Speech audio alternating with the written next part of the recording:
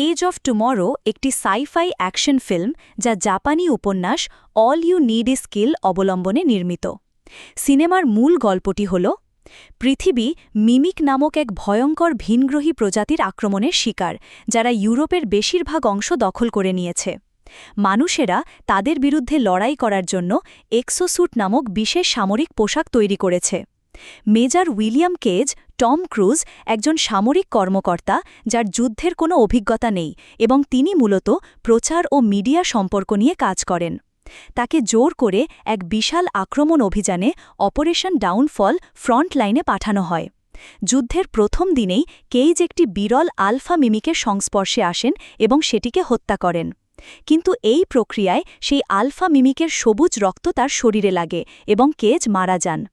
কিন্তু কেজ মারা যাওয়ার পর অদ্ভুতভাবে তিনি আবার একই দিনের শুরুতে ফিরে আসেন, অর্থাৎ যেদিন তাকে প্রথম ফ্রন্ট লাইনে পাঠানো হয়েছিল।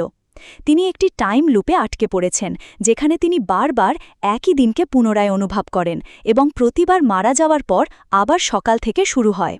প্রথমে কেজ দিশেহারা হয়ে পড়েন, কিন্তু তিনি বুঝতে পারেন যে এই টাইম লুপের কারণে তিনি অসীম সংখ্যকবার যুদ্ধটি লড়তে পারছেন এবং ভুলগুলো থেকে শিখতে পারছেন।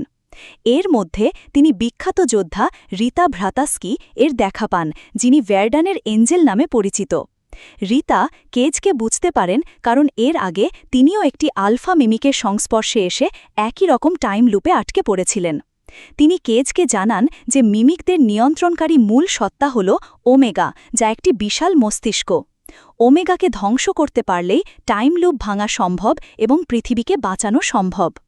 কেজ এবং রিতা একসঙ্গে প্রশিক্ষণ নিতে শুরু করেন। কেজ প্রতিবার মারা যাওয়ার পর আবার শুরু করেন এবং এইভাবে তিনি দ্রুত একজন দক্ষ যোদ্ধা হয়ে ওঠেন।